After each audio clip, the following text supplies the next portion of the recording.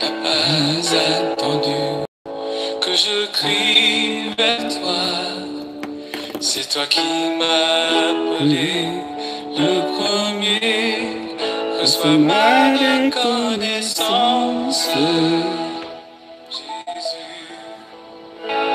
Ma reconnaissance pour la croix. Ma reconnaissance, Jésus, pour ta venue, ton amour, ton salut.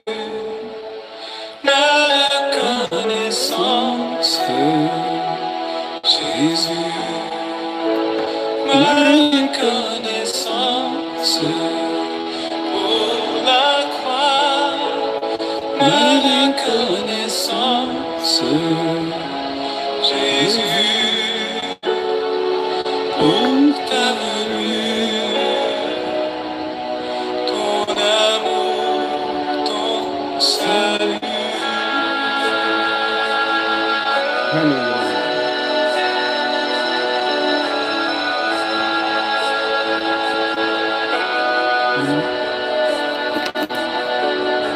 Tu n'as pas attendu que je vienne à toi, mais tu as revêtu notre humanité. Tu n'as pas attendu que je crie vers toi. C'est toi qui m'as appelé le premier. Reçois ma reconnaissance, Jésus. Ma reconnaissance pour la croix. Ma reconnaissance, Jésus, pour ta venue. Alléluia. Merci Seigneur pour ta venue, pour ton amour. Est-ce que tu peux, toi aussi, chanter ta reconnaissance au Seigneur? Ma reconnaissance, Jésus, pour ta venue, ton amour, ton salut.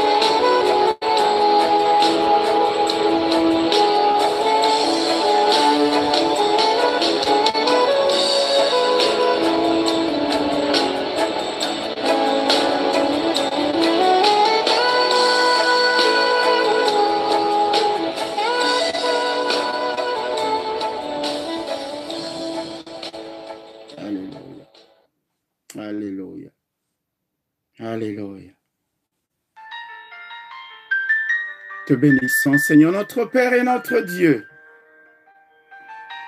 Tu nous donnes ce matin, une fois de plus, la grâce de nous tenir à tes pieds, de nous tenir devant le trône de grâce. Nous sommes ton peuple, Seigneur, qui a besoin d'être secouru par toi.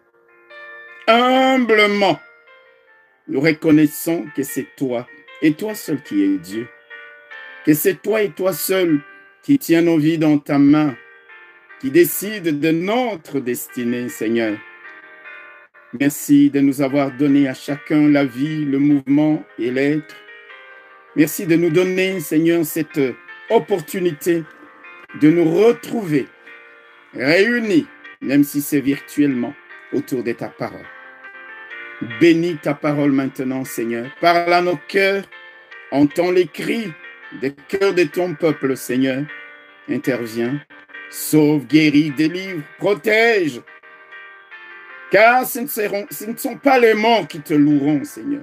Mais nous, tant que nous sommes vivants, nous voulons proclamer tes œuvres, ta grandeur, ta bonté, ta fidélité. Merci, Seigneur, de nous exaucer. Merci de nous bénir, Saint-Esprit, de conduire ce temps pour que toi seul, notre Dieu, soit glorifié. En Jésus, nous prions et nous disons Amen. Amen.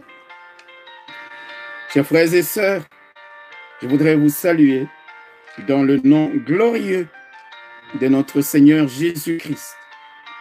C'est lui qui est l'auteur de notre salut éternel. C'est Jésus-Christ qui est le chef et le consommateur de notre foi. C'est Jésus-Christ. C'est en lui et pour lui, frères et sœurs, qu'ont été créées toutes choses qui sont dans les cieux et sur la terre, les visibles et les invisibles, trône, dignité, domination, autorité, tout a été créé par lui et en lui. C'est merveilleux. Notre Seigneur est merveilleux. C'est en lui et en lui seul que nous sommes comblés de toutes les richesses qui concernent la parole et la connaissance, frères et sœurs, en sorte que nous puissions, au travers de la connaissance et de la parole, être affermis dans l'attente du jour de sa manifestation. Je prie que Dieu nous accorde à tous paix, joie, grâces abondantes, selon la richesse de son héritage qu'il a réservé aux saints, c'est-à-dire à toi et à moi qui croyons. Je suis très heureux, frères et sœurs, de vous retrouver pour le message de ce dimanche, même comme nous ne cessons de le dire, même si c'est au travers des moyens qui ne nous permettent pas de vivre pleinement la communion fraternelle en raison, comme vous le savez, des restrictions liées à cette pandémie de Covid-19. Nous espérons nous revoir très bientôt pour des moments de culte où, réunis tous ensemble, en un seul lieu, Dieu fera couler sur nos têtes la bénédiction et la vie comme la rosée de l'Hermon ou comme l'huile précieuse. Bientôt, frères et sœurs, nous nous retrouverons. Merci, Seigneur. Le dimanche passé, rappelez-vous, nous avons longuement parlé de Moïse. Le thème du message était du palais au désert. David, comme nous le savons, cet homme adopté tout petit par la fille du Pharaon, cet homme a grandi jusqu'à ses 40 ans au palais. Après ces 40 années, il s'est retrouvé dans le désert du Madian, dans le désert du pays des Madians, à paître les brebis de son beau-père, le sacrificateur Jéthro. Ainsi, le prince, le potentiel héritier du trône d'Égypte, L'homme qui fut instruit dans toute la science et la sagesse des Égyptiens.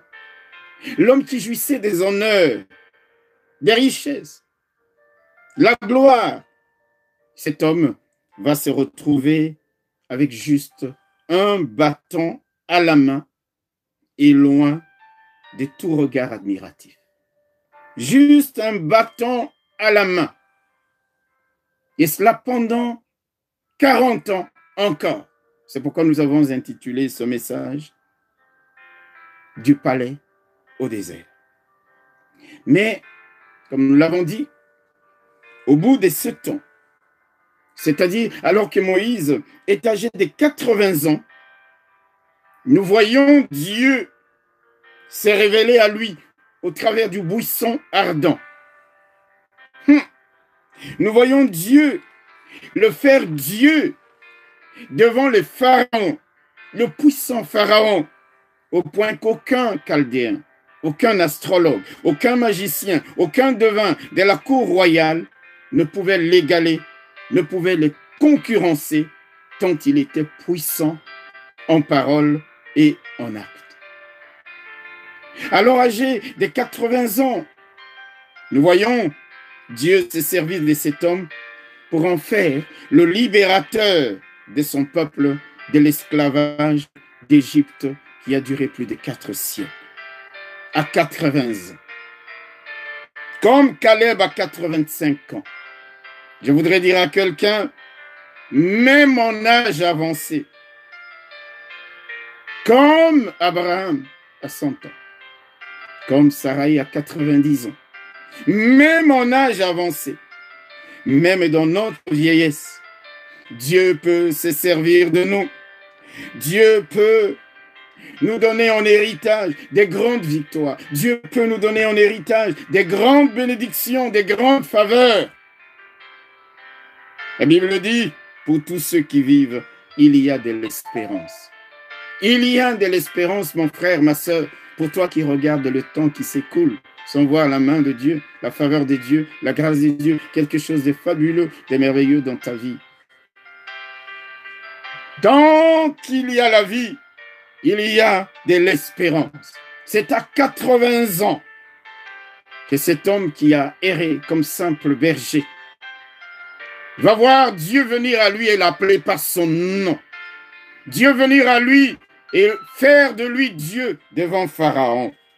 Frères et sœurs, cet homme, Moïse, qui fut tour à tour fils d'esclave, prince héritier, meurtrier, fugitif, berger.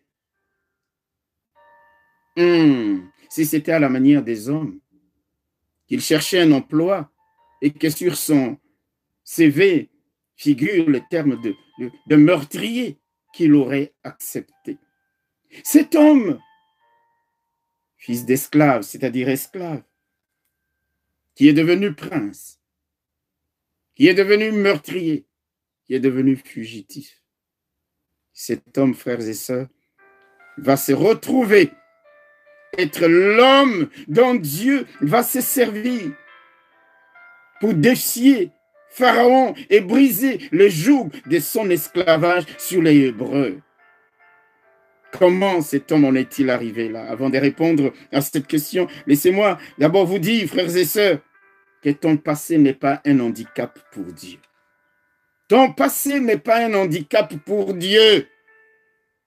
Dieu ne s'intéresse pas, il n'est pas intéressé par ton passé, il s'intéresse à ton présent et à ton avenir.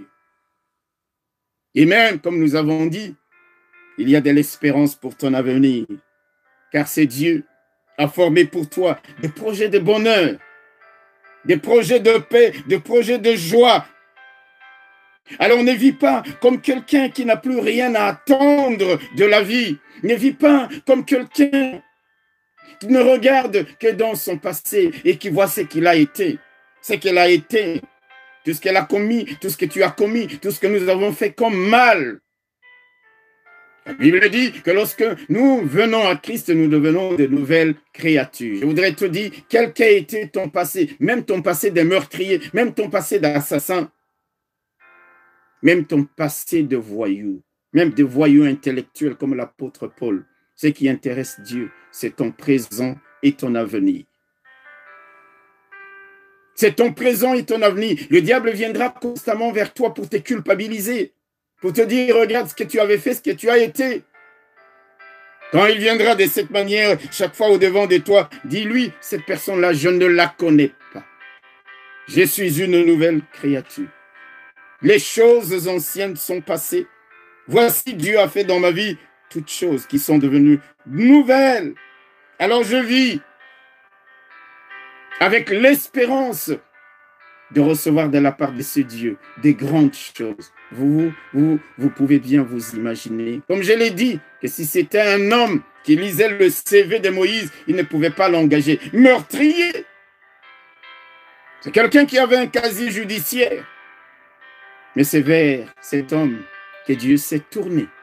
Alléluia, alléluia, alléluia. C'est pour cela, je voudrais dire à quelqu'un, chaque jour, vis dans l'attente de la manifestation de la grâce, de l'amour et de la miséricorde de Dieu, peu importe ce qu'aura été ton passé. Peu importe. Moïse, comment Moïse, comme je le disais tantôt, est-il devenu, frères et sœurs, les conducteurs choisis par Dieu pour libérer son peuple? Je voudrais nous inviter à trouver des éléments de réponse à cette question en lisant le livre des Hébreux au chapitre 11, versets 23 à 28. Hébreux, chapitre 11, versets 23 à 28. La Bible dit ceci. C'est par la foi que Moïse, à sa naissance, fut caché pendant 3 mois par ses parents parce qu'ils virent que l'enfant était beau et qu'ils ne craignirent pas l'ordre du roi.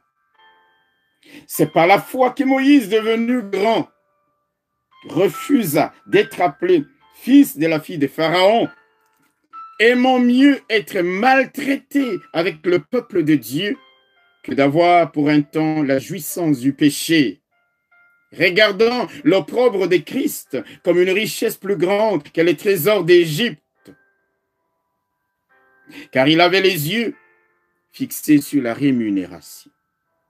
Verset 27, c'est par la foi qu'il quitta l'Égypte sans être effrayé de la colère du roi, car il se montra ferme, comme voyant celui qui est invisible. C'est par la foi au verset 28 qu'il fit la Pâque et l'aspersion du sang, afin que l'exterminateur ne touchât pas au premier-né des Israélites, frères et sœurs.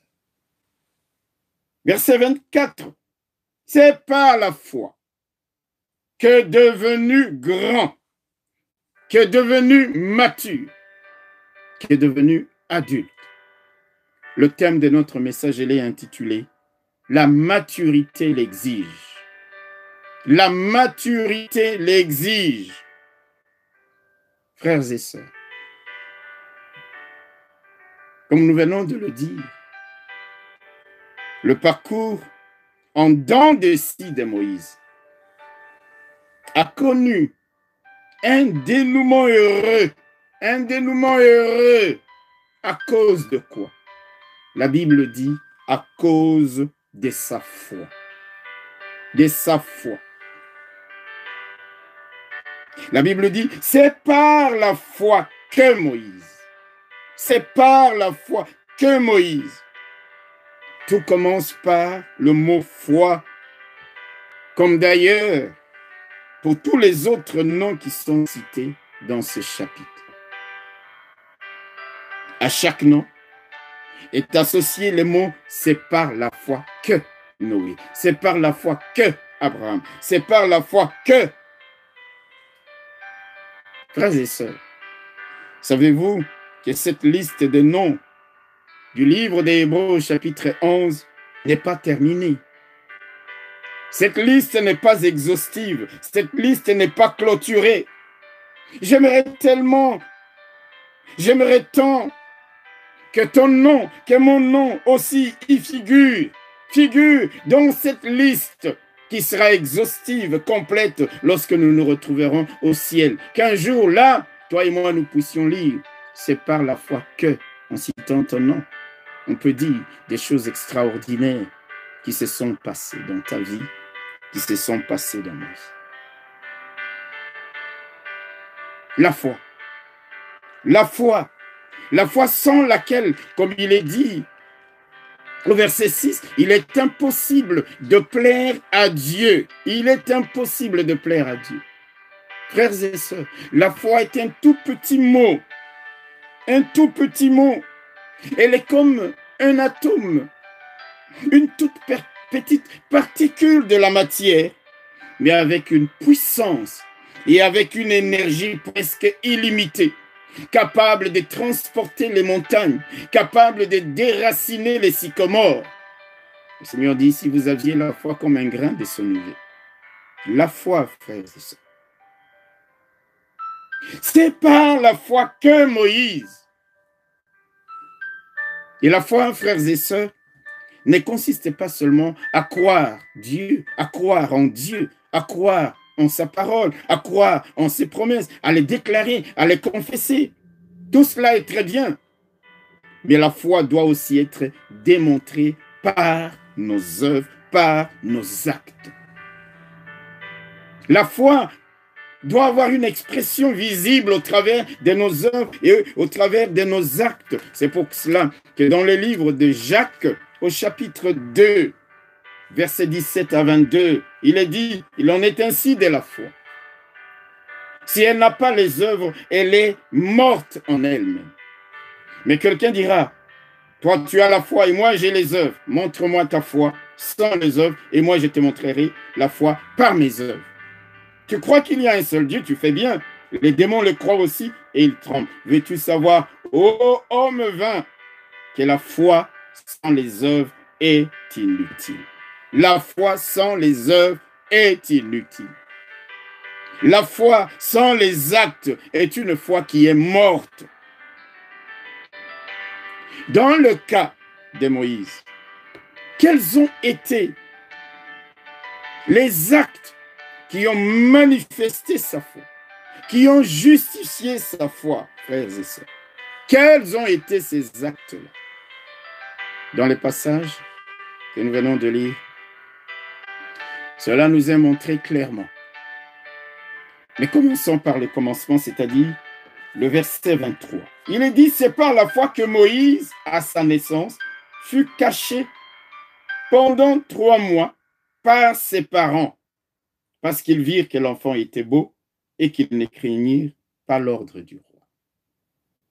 On parle ici non pas de la foi de Moïse, mais d'abord de la foi de ses parents. De la foi de ses parents.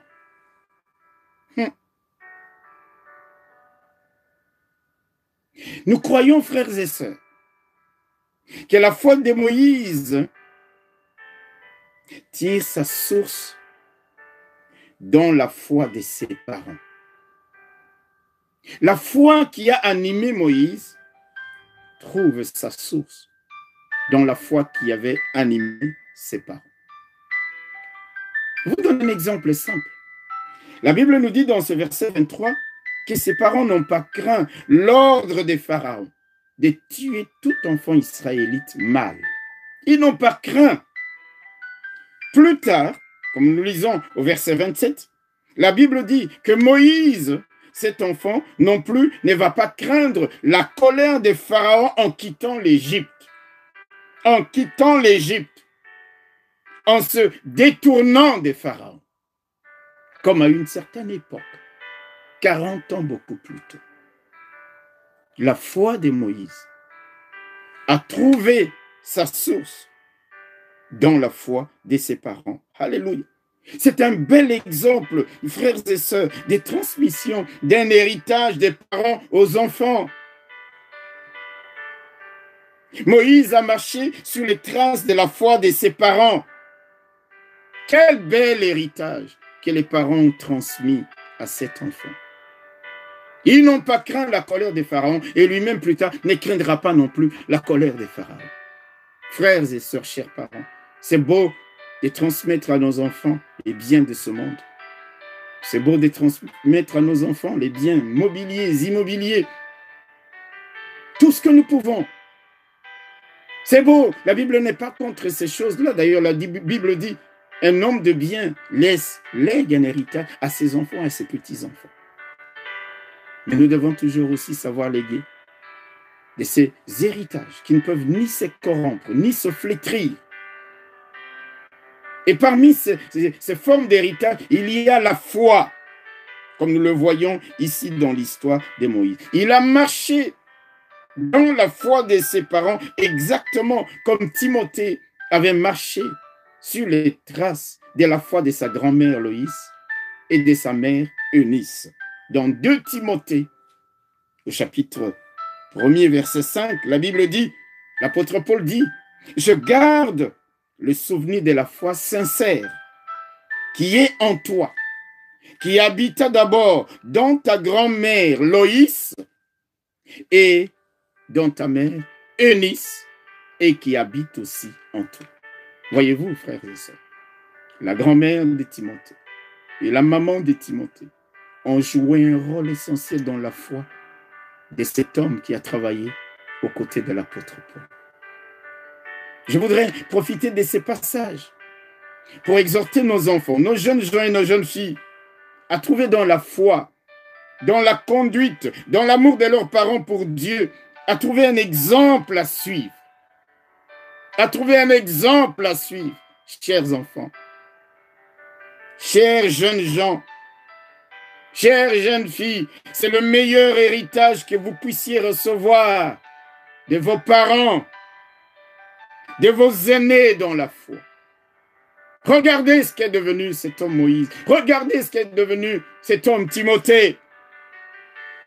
C'est vous, l'Église de demain.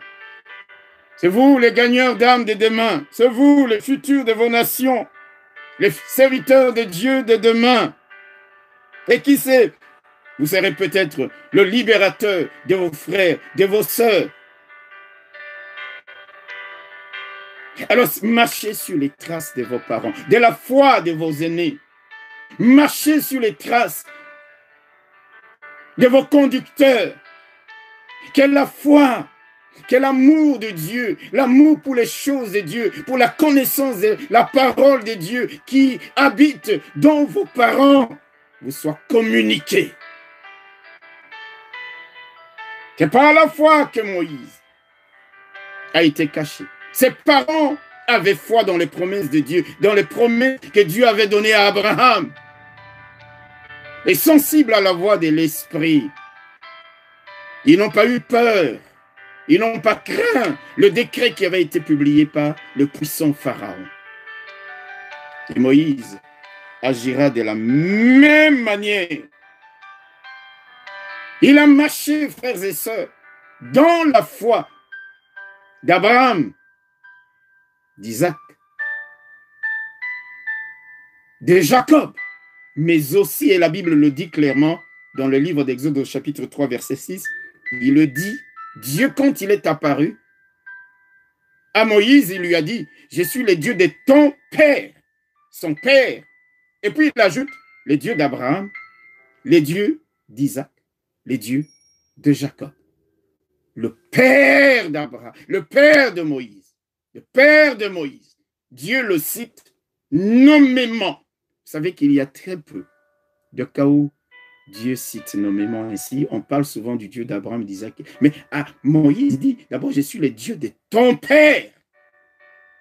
Cet homme qui a marché dans la foi. Dieu le cite. Dieu rend témoignage de cet homme. Chers jeunes gens, chères jeunes filles, regardez autour de vous et marchez dans la foi de vos parents. Regardez comment ces gens passent du temps dans la prière. Comment ces gens aiment servir le Seigneur. Moïse a marché sur les traces de la foi de ses parents. Et comme je l'ai dit, frères et sœurs, cette foi qui a animé Moïse, même alors qu'il habitait dans le palais, de Pharaon s'est traduite par des actes. Elle a été manifestée, elle a été exprimée par des actes concrets. Des actes qui lui ont permis d'être agréable à Dieu et finalement de voir sa vie prendre une tournure totalement glorieuse. Quand on parle de Moïse, vous savez bien souvent, on ne dit même pas qu'il a été meurtrier. Vous savez, quand Dieu vient dans la vie de quelqu'un, frères et sœurs, les choses prennent une autre tournure. Une autre tournure. Quels sont ces actes?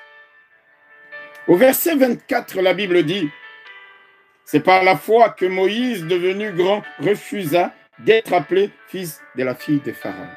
Le premier acte que Moïse a posé, c'est qu'il a refusé d'être appelé le fils de la fille de Pharaon. Il a renoncé à son titre de prince, titre auquel étaient associés les honneurs, étaient associés la gloire, le trône.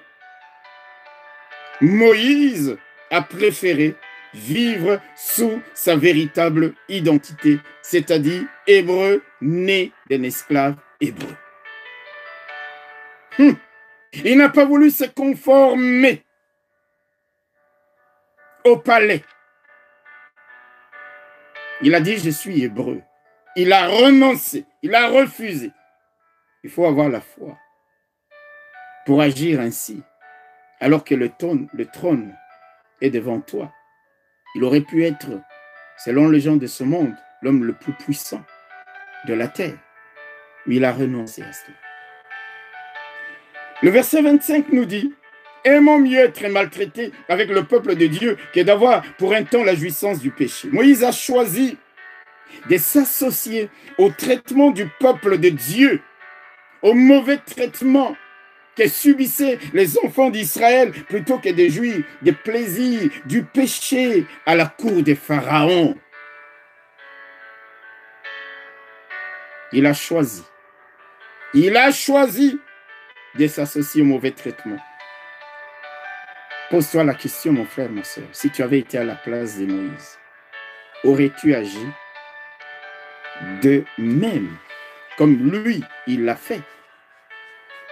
Le verset 26 nous dit, « Regardons l'opprobre de Christ comme une richesse plus grande que les trésors de l'Égypte, car il avait les yeux fixés sur la rémunération. » En d'autres termes, Moïse a préféré l'opprobre de Christ plutôt que l'approbation de l'Égypte.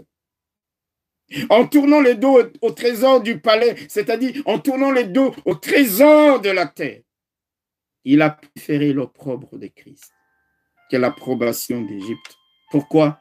Parce qu'il avait les yeux, non pas sur les trésors de la terre, mais sur les trésors qui viennent du ciel. Les trésors éternels, les trésors qui sont les meilleurs. Au verset 27, on nous dit, c'est par la foi qu'il quitta l'Égypte sans être effrayé de la colère du roi, car il se montra ferme comme voyant ce qui est invisible. Là, c'est encore un acte de foi de cet homme. Il est dit qu'il a quitté l'Égypte. Il est sorti d'Égypte. Il a choisi de ne plus dépendre de celui qui était visible, c'est-à-dire le Pharaon, mais de dépendre de celui qui était invisible, c'est-à-dire les dieux de son père, les dieux d'Abraham, les dieux de Jacob, les dieux d'Isaac. Au verset 28, il dit, c'est par la foi qu'il fit la Pâque et l'aspersion du sang, afin que l'exterminateur ne touchât pas au premier-né des Israélites. En d'autres termes, Moïse a tourné le dos à la religion égyptienne, aux pratiques idolâtres de ce peuple. En instituant la Pâque, il tournait le dos aux pratiques idolâtres des Égyptiens pour un acte d'obéissance et de foi dans le Dieu d'Israël, qui lui avait dit, vous mettrez le sang sur le linteau des portes. Sur le linteau des portes. Et quand l'exterminateur passera, aucun de vous ne pourra être détruit. Lui qui a vu toutes sortes de pratiques au palais, le voilà maintenant tourné vers des pratiques. Je sais que beaucoup de gens ont été parfois dans des sciences occultes mystiques où ils ont fait toutes sortes de pratiques. Oh, je les appelle, agir comme Moïse, à se tourner vers les pratiques du Dieu véritable, du Dieu tout-puissant. En ne situant-la pas, ce sont là, frères et sœurs, les 5 actes de foi que Moïse avait posés. Alors ma question est la suivante. Quels actes peuvent être mis à ton crédit, à mon crédit? Quels actes de foi, mon frère, ma sœur, peuvent être portés à notre témoignage, à notre témoignage? C'est par la foi. C'est par la foi. 5 actes qui ont manifesté la foi de Moïse dans les dieux de son père. Aujourd'hui, je ne vais pas m'étendre sur chacun de ces actes. Si Dieu nous fait grâce un jour, chacun d'eux, nous pourrons en faire l'objet des riches et longs enseignements. Que Dieu nous prête vie. Un jour, il nous en donnera l'occasion. Mais aujourd'hui, je voudrais me focaliser sur le mot de base de notre thème. Rappelez-vous, le thème, je l'ai dit, la maturité l'exige. La maturité l'exige. La Bible dit donc au verset 24, c'est par la foi que Moïse, devenu grand, devenu mature, devenu adulte spirituellement parlant. Il ne s'agit pas ici de l'âge chronologique. Il s'agit ici de la maturité spirituelle. Parfois, on peut être dans l'église pendant des années sans jamais atteindre cette maturité.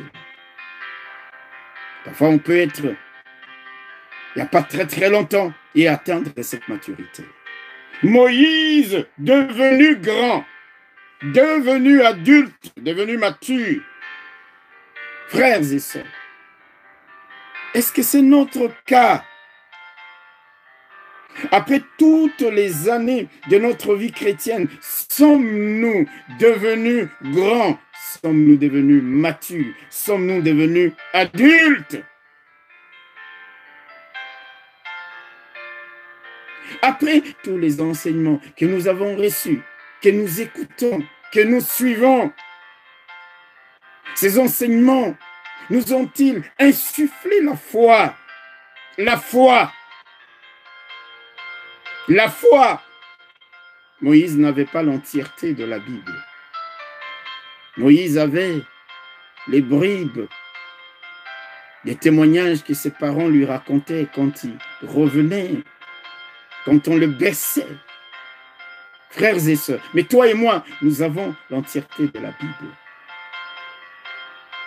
C'est par la foi que, devenu grand, frères et sœurs, sachons une chose, tant que nous demeurerons des bébés spirituels, je vous assure, il nous sera difficile d'agir comme Moïse. Il nous sera difficile d'avoir cette foi-là. Une foi qui va nous pousser à choisir, à renoncer, à préférer d'être avec Christ qu'avec l'Égypte. Une foi qui va nous permettre de voir l'invisible plutôt que le visible. Une foi qui va nous donner de préférer la gloire à venir plutôt que les plaisirs de ce monde. Une foi qui va nous pousser à craindre et à obéir Dieu plutôt que de nous aligner sur les dieux de ce monde pour faire ce qu'ils veulent que nous fassions. C'est par la foi que Moïse est devenu grand, frères et sœurs. La maturité spirituelle exige des choix. La maturité spirituelle se traduit par des renoncements, des décisions, parfois difficiles, mais qui sont utiles si nous voulons vivre et manifester notre foi. 40 ans dans le palais. Et la Bible dit, devenu grand, il se mit à faire des choix. Il se mit à prendre des décisions. Il se mit à voir des choses que les yeux de l'homme ne pouvaient pas voir, sinon qu'en regardant dans l'invisible. Devenu grand, frères et sœurs. Vous savez, la volonté de Dieu à notre égard, c'est de nous voir grandir spirituellement. C'est de nous voir grandir en maturité. La volonté de Dieu à notre égard, c'est de nous voir grandir en sagesse, en connaissance, en expérience, en discernement. Et Dieu a pourvu à tout cela dans le livre d'Éphésiens. Alléluia. Dans le livre d'Éphésiens, au chapitre 4, verset 11 à 15, il est dit, « Et il a donné les uns comme apôtres, les autres comme prophètes, les autres comme évangélistes, les autres comme pasteurs et docteurs, pour le perfectionnement des saints en vue de l'œuvre du ministère et de l'édification du corps de Christ, jusqu'à ce que nous soyons tous parvenus à l'unité de la foi et de la connaissance du Fils de Dieu, à l'état d'homme fait, à la stature parfaite, à la mesure de la stature parfaite de Jésus-Christ, afin que nous ne soyons plus des enfants flottants et emportés à tout vent des doctrines, par la tromperie des hommes, par leur ruse, dans les moyens de la séduction. Dieu a donné 5 ministères à l'Église pour le perfectionnement des saints, pour que les fidèles, toi et moi, nous soyons amenés à l'état d'homme fait, à la mesure de la stature de Christ, pour que toi et moi, mon frère, ma soeur, nous devenions matures, adultes spirituellement parlant. Mais pendant toutes ces années, est-ce qu'on peut dire, mon frère, ma soeur, que toi et moi, nous avons grandi spirituellement? Quand nous nous attachons encore aux fables, habilement conçues, quand nous n'avons pas encore compris, comme il est écrit dans le texte que nous avons lu, où il est dit que Moïse se montra ferme, quand il est devenu grand. Voilà encore une caractéristique de la maturité spirituelle. C'est d'être ferme dans ses convictions. C'est d'être ferme dans ce en quoi on croit. On aura beau me dire que l'homme est le fruit de l'évolution, je croirai dans ce que la Bible me dit. On aura beau me dire que l'univers a été formé à partir d'une explosion que l'on appelle le Big Bang. Moi, je crois que derrière le Big Bang, et avant même le Big Bang, parce que oui, il peut y avoir certaines évidences scientifiques, derrière tout cela, à l'origine, c'est Dieu qui a parlé. Devenu adulte, devenu mature, il est devenu ferme, Moïse. Il a posé des actes, frères et sœurs. Vous savez, beaucoup de chrétiens, et c'est ça qui est triste et désolant, demeurent encore, se comportent encore, agissent encore comme des bébés spirituels pour un tas de raisons. Et parfois, Dieu se plaint de cet état. Dieu se plaint de cet état. Dans le livre des Hébreux, au chapitre 5, verset 12, la Bible dit, vous en effet qui depuis longtemps, devriez être des maîtres, devriez être des adultes, devriez être des personnes matures. Vous en avez encore besoin qu'on vous enseigne les premiers rudiments des oracles de Dieu. Vous en êtes venus à avoir besoin de lait et non de nourriture solide. On est encore dans les petites choses. Dans les petites choses, dans les choses médiocres, dans les choses minables. Alors que Dieu attend de toi et de moi que nous devenions grands comme Moïse. Devenu grand, quand il est devenu grand, par la foi, devenu grand, il refusa d'être appelé fils de la fille de Pharaon. Il refusa de porter le titre de prince. Il préféra l'opprobre de Christ que l'approbation d'Égypte. Frères et sœurs, beaucoup de chrétiens, comme il est écrit dans le texte d'Hébreux chapitre 5, sont encore des bébés spirituels. Ils préfèrent le lait. Ils préfèrent le lait et les rudiments des oracles de Dieu. On court après. Dieu m'a dit, Dieu m'a montré, Dieu m'a dit, Dieu m'a dit, Dieu m'a montré. Mon frère, ma soeur, oui. Dieu montre, Dieu parle, oui. Mais ayons parfois le discernement pour comprendre si cela est réellement de Dieu, si ce n'est pas des choses qui nous sont dites juste pour flatter notre ego et nous faire sentir, nous faire vibrer. Non, la prophétie dans la parole de Dieu. Le message que Dieu veut te communiquer est dans sa parole. On préfère les rudiments, on court ci, on court là. La nourriture solide, la nourriture des chrétiens matures qui s'attendent à la parole de Dieu. Qu'est-ce qu'elle est devenue, frères et sœurs? Qu'est-ce qu'elle est devenue? La Bible dit, c'est par la foi que Moïse, devenu grand, adulte, mature, l'heure de décision, l'heure des choix, l'heure des préférences, le temps de voir dans l'invisible, le temps de dire, je choisis Dieu, plutôt que les plaisirs de ce monde, plutôt que les choses temporaires du palais d'Égypte. Grandir, frères et sœurs. Grandir, frères et sœurs. Grandir, frères et sœurs. Grandir. Quelle est la volonté de Dieu à notre égard? La volonté de Dieu à notre égard. La volonté de Dieu à notre égard.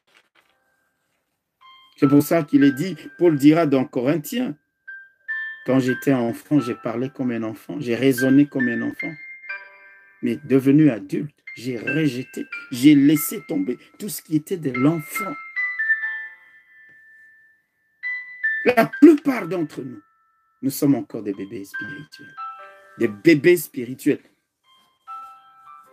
Et ce qui est dramatique, c'est que Dieu lui-même dit, depuis tout ce temps, que tu aurais dû déjà devenir mature, adulte, tu en es encore au lait, au rudiment des oracles de la parole de Dieu.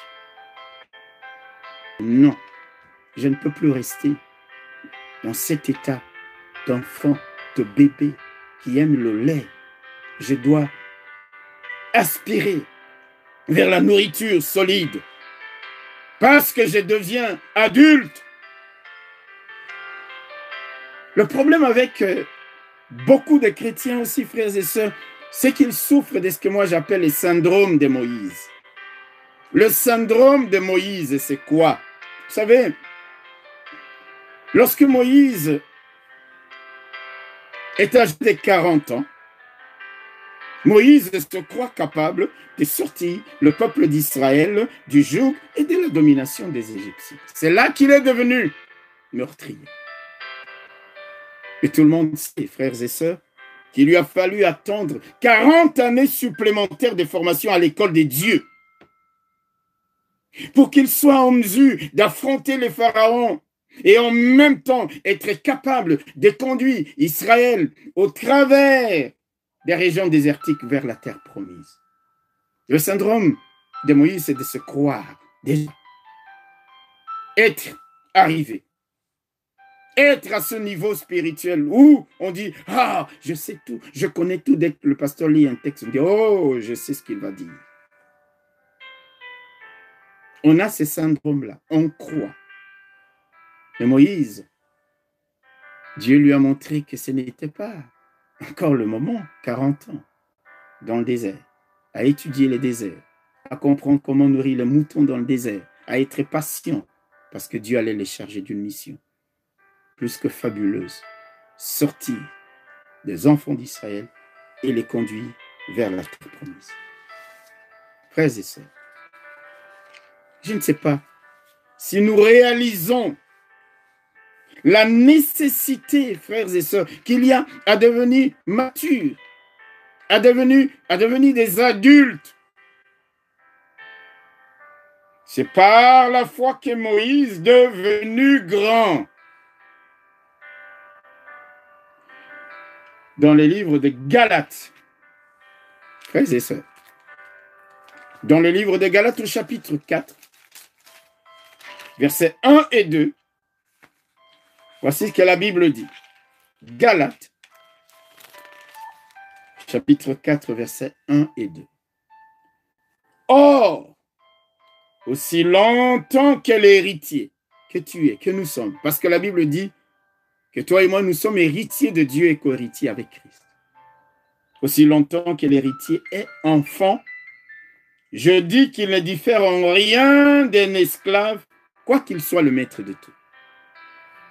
Mais il est sous des tuteurs et des administrateurs jusqu'au temps marqué par le Père. Jusqu'au temps marqué par le Père. Les temps marqués par le Père, c'est quoi? C'est le moment où le Père et lui seul juge que son fils héritier est devenu adulte, est devenu mature pour lui confier l'héritage.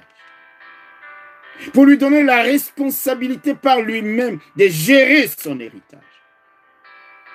Alléluia, alléluia. Aussi longtemps que l'héritier reste enfant, sa position, dit la parole de Dieu, est semblable à la position d'un esclave. On lui dit ce qu'il a à faire ou ce qu'il n'a pas à faire. Les tuteurs s'occupent de lui.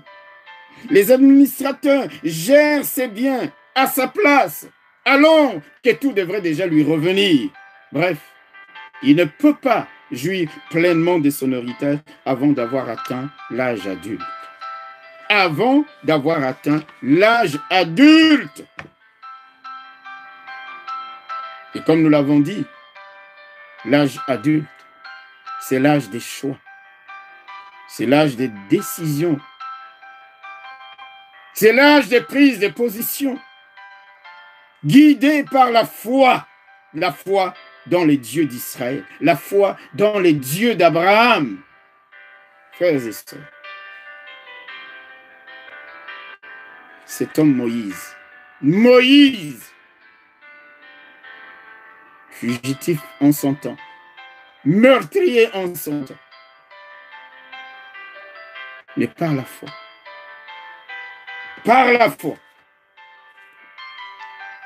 il avait cette foi en lui.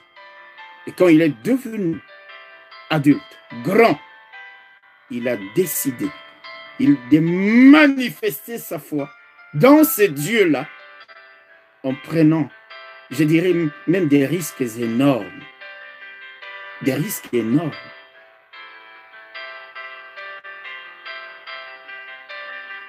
Affronter le pharaon. Des risques énormes. Sortir comme Abraham un jour du palais sans savoir exactement où il allait partir. Mais Dieu honore la foi. Dieu honore toujours la foi. Frères et sœurs, en son temps simple berger, en son temps juste avec un bâton, cet homme, Moïse, par la foi, devenu adulte, frères et sœurs, la maturité exige de toi et moi des choix. La maturité spirituelle exige de toi et moi des décisions. Pour Dieu. Comme l'a fait Moïse au travers de ces 5 actes que nous avons lus. Il refusa d'être appelé fils de la fille de Pharaon. Il renonça au titre de prince. Il préféra être maltraité avec son peuple plutôt que de jouir des plaisirs du palais.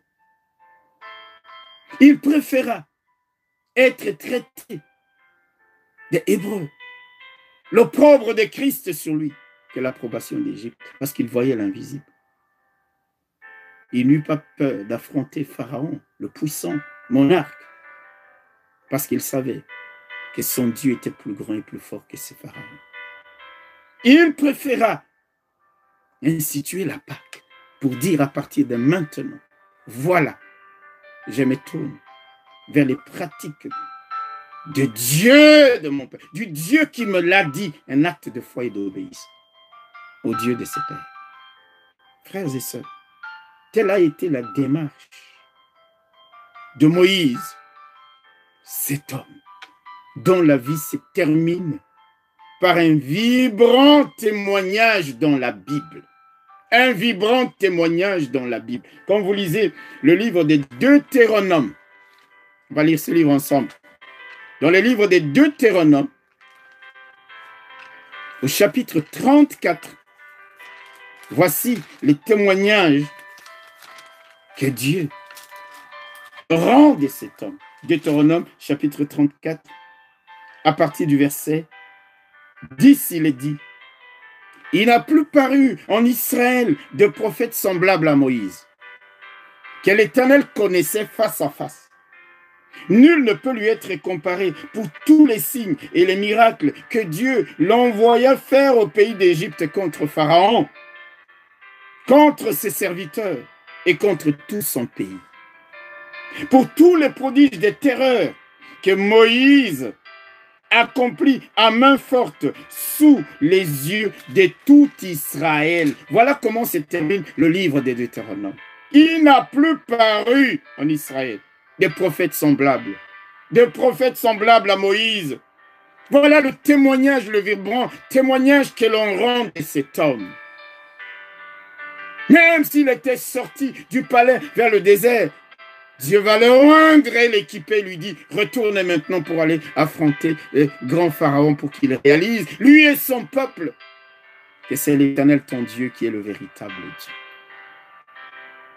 Et tout cela est arrivé parce qu'un jour, devenu grand,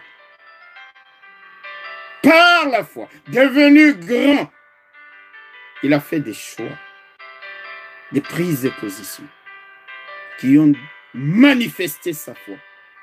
Et la foi, sans la foi, il est impossible de plaire à Dieu. Quand il y a la foi et que nous la manifestons dans les œuvres, nous la manifestons dans les actes, nous réjouissons les cœurs de Dieu. Et en ce moment-là, alléluia, Dieu peut se servir de nous. Dieu va accomplir des choses inouïes dans nos vies. Dans nos vies, frères et sœurs. À 80 ans, à 80 ans, Dieu ne va pas choisir un jeune homme vigoureux de 35 ans, 40 ans, sachant courir ou faire 6 ans. Non, 80 ans. C'est alors qu'il lui apparaît dans le désert. Buisson ardent, mais qui ne se consume pas. Quelque chose que Moïse n'avait jamais vu. Du reste, qui avait déjà entendu parler d'un buisson en feu, mais qui ne se consume pas. Frères et sœurs, la Bible se termine par ces vibrants témoignages. Moïse avait choisi, plutôt que d'avoir quelques lignes de hiéroglyphes dans les annales d'Égypte, Moïse est mentionné dans le livre éternel de Dieu. Il est entré dans le panthéon des héros de la foi à cause de sa foi. Et quand il est devenu grand, de ses choix. Moïse, au lieu d'être resté, s'il avait choisi de devenir prince, de rester prince, il aurait certainement pendant un temps la gloire. Il aurait certainement pendant un temps les honneurs. Il serait resté sous la forme d'une momie dans une tombe égyptienne. Mais la Bible dit que quand il est mort, c'est Dieu lui-même qui l'avait enterré. Dieu lui-même l'avait enterré, frères et sœurs. Et personne ne connaît le Dieu où Dieu l'a enterré. Comme il est écrit dans le livre justement de Deutéronome, chapitre 34, versets 5 et 6. Écoutez ce qu'il est dit. Moïse, serviteur de l'Éternel. Waouh! Serviteur de l'Éternel, mourut là, dans le pays de Moab, selon l'ordre de l'Éternel. Selon l'ordre de qui? De l'Éternel. C'est pourquoi refuse de mourir si ce n'est pas par la volonté de Dieu. Dis, je ne mourrai pas par la volonté des hommes. Je ne mourrai pas si ce n'est pas l'ordre de Dieu. Je vivrai et je raconterai les œuvres de l'Éternel. La Bible dit donc Moïse, serviteur de l'Éternel, mourut là, dans le pays des Moab, selon l'ordre de l'Éternel. Et l'Éternel l'enterra, c'est Dieu, l'enterra dans la vallée, au pays des Moab, vis-à-vis des bêtes Péor. Personne n'a connu son sépulcre jusqu'à ce jour. Moïse était âgé de 120 ans lorsqu'il mourut. Regardez, les tranches de 40 ans au palais, 40 ans dans le désert, 40 ans dans le service. Waouh! Alléluia! Alléluia! Alléluia! Il a eu une vieillesse heureuse parce qu'il avait fait des choix qui honoraient Dieu. La maturité l'exige. La maturité exige que nous marchions sur les traces de cet homme. Du palais au désert, mais du désert vers le palais, et du palais vers le pays de la promesse avec le peuple d'Israël. Avec le peuple d'Israël. Il a suivi, il a grandi, il a marché sur les traces de la foi de ses parents. Est devenu grand. Mon frère, ma soeur. La maturité spirituelle devrait nous éloigner d'un certain nombre de choses qui sont des choses d'enfants, qui sont des choses terre à terre, des choses qui ne sont pas pour la gloire de Dieu. Nous devrions, frères et sœurs, toi et moi, faire disparaître ce qui était de l'enfant. Quand j'étais enfant, je parlais comme un enfant. J'agissais comme un enfant. Mais devenu grand, devenu grand, déclare la parole de Dieu. Devenu grand. Dieu attend de toi et de moi que nous puissions, nous aussi, arriver à cette maturité. Et quand nous allons arriver, Dieu nous confiera des grandes missions. Dieu honorera notre foi. Dieu nous bénira au-delà de ce que nous pouvons penser, au-delà de ce que nous pouvons imaginer. Que Dieu nous donne de grandir, de vivre d'atteindre cette maturité, l'état d'homme fait à la mesure de la stature parfaite de Jésus-Christ. Telle est la volonté de Dieu pour toi et moi, mon frère. Telle est la volonté de Dieu pour toi et moi, ma sœur. Que Dieu nous aide. Que Dieu nous aide. Ne restons pas qu'à tourner en rond, à être toujours les mêmes. Grandissons en maturité. C'est par la foi que Moïse, devenu grand, devenu mature, il a fait tous les choix. Que le Seigneur puisse nous aider, frères et sœurs. Que le Seigneur puisse nous tirer vers le haut. Parce que tant que nous resterons enfants, notre situation ne différera en rien de celle d'un esclave. On nous placera sous tutorat. Et d'autres nous diront ce qu'il faut faire et ce qu'il ne faut pas faire. Les administrateurs géreront nos biens. Il est temps que ce soit toi-même qui gère l'héritage que Dieu a réservé. T'a réservé. Il est ton Père. Et tu es héritier. Nous sommes héritiers. Et ce qui est fabuleux encore, c'est que nous sommes co-héritiers avec Christ. C'est-à-dire que nous partageons l'héritage du Dieu avec le Seigneur lui-même. C'est lui qui est allé à la croix. La maturité l'exige. Que Dieu vous bénisse. Que Dieu vous accorde, nous accorde d'aller de l'avant, de gloire en gloire. Au nom de Jésus. Amen. Amen. Voilà, frères et sœurs, la parole que le Seigneur a placée sur mon cœur pour ce dimanche. Vous savez qu'à partir de la semaine prochaine, nous n'avons plus réunion que le mardi le vendredi et bien entendu le dimanche. Donc, notre prochaine réunion, ce sera la réunion de prière le mardi. Le vendredi, à 19h, bien entendu. Le vendredi, nous avons notre réunion de prière et d'intercession, à 19h également. Le vendredi, vous le savez, nous prenons un peu plus de temps. Et le dimanche, ce sera notre culte de Pentecôte. Donc, le dimanche prochain. Je crois que d'ici là, il y aura la levée des restrictions par rapport au lieu de culte, même si ça ne va pas être exactement comme ce que nous avons l'habitude de faire.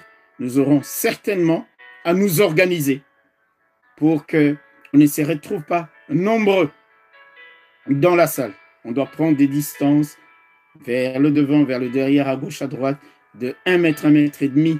On aura des masques, certainement, oui, dans les lieux des cultes. Nous aurons des solutions hydroalcooliques pour rincer les mains avant même d'entrer dans l'église. Ce sera toujours comme ça. Et si nous sommes nombreux, on sera obligé de faire 2 cultes d'1 heure chacun. C'est-à-dire, on commence à 11h et à 11h, vers midi, on a fini. On donne une vingtaine de minutes aux gens qui auront été au premier culte de partir directement et les autres de venir pour le même message au second culte, et ainsi on ne sera jamais agglutiné. Nous aurons de dispositions dans les jours qui viennent, nous vous les transmettrons, mais déjà dès la semaine prochaine, c'est le mardi et le vendredi que nous aurons nos réunions de prière. Que Dieu vous bénisse. La maturité l'exige. La foi, un tout petit mot,